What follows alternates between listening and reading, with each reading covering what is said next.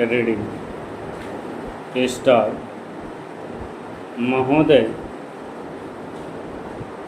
बच्चों को जो ज्ञान प्राप्त हो वह अनुभव से प्राप्त हो, न कि केवल स्मरण शक्ति पर आश्रित रहकर रटाई द्वारा। उन्होंने सोचा था और उच्चतम शिक्षा शास्त्रियों का भी यही विचार है कि इस प्रकार से प्राप्त ज्ञान बच्चों में जागरूकता, कार्यकुशलता, स्वतंत्र भावना पैदा करता है,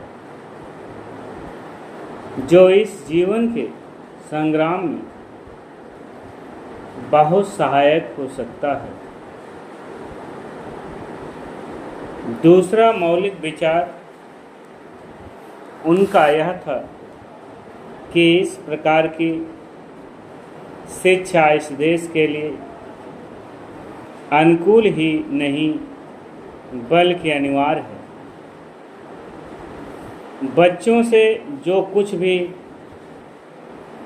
काम कराया जाए वह उत्पादक काम हो और उससे जो कुछ भी पैदा हो उससे शिक्षा का व्यय यदि पूरा नहीं तो अधिकांश निकल सके, क्योंकि यदि शिक्षा का व्यय दूसरे प्रकार से निकालने का प्रयत्न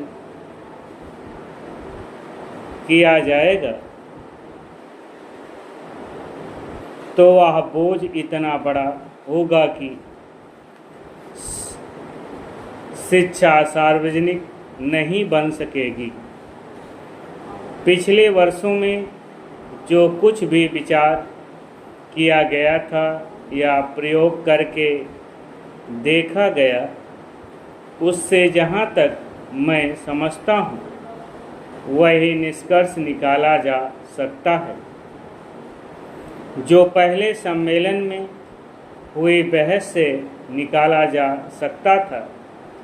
हमारे शिक्षा शास्त्रियों ने इस पद्धति की अनुकूलता और श्रेष्ठता तो मान ली थी, पर उनकी दृष्टि में इसके द्वारा शिक्षा का व्यय निकालना संभव ही नहीं, अनुचित भी था।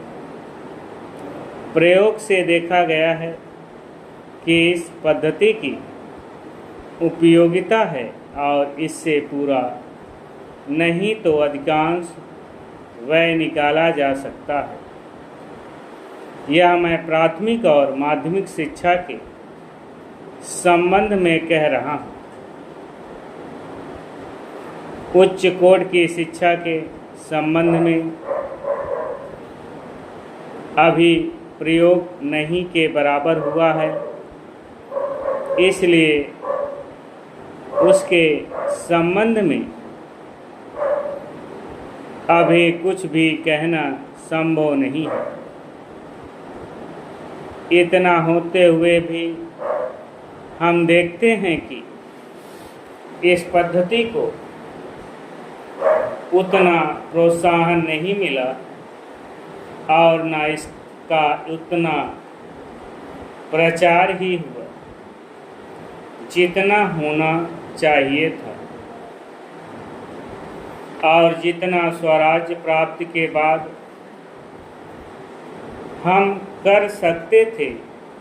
इसका कारण जहाँ तक मैं समझता हूँ यही है कि इसकी उपयोगिता प्रमाणित होने पर भी पुरानी पद्धति पर जो आस्था थी वह अभी दूर नहीं हुई है, और इसी कारण शिक्षा के काम में जो व्यक्ति लगे हुए हैं उनका न तो इस ओर ध्यान गया है और न उन्होंने इस विषय पर गहराई से चिंतन ही किया है।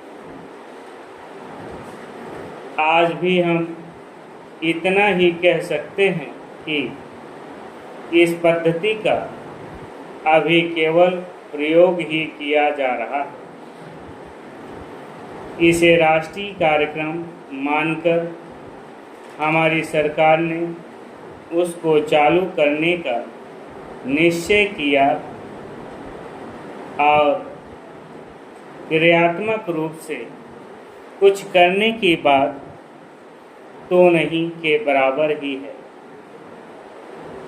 उसका परिणाम यह हुआ है कि पुरानी पद्धति की संस्थाएं दिन प्रतिदिन बढ़ती जा रही और शिक्षा पर सरकार जो कुछ भी व्यय कर सकती है या करना चाहती है उसका बहुत बड़ा अंश उस पद्धति को ही बनाए रखने में व्यय हो रहा है और इस पद्धति को बहुत कम प्रोत्साहन मिला है। मेरा अपना विश्वास है कि शिक्षा में मौलिक परिवर्तन अवश्य किया जाएगा।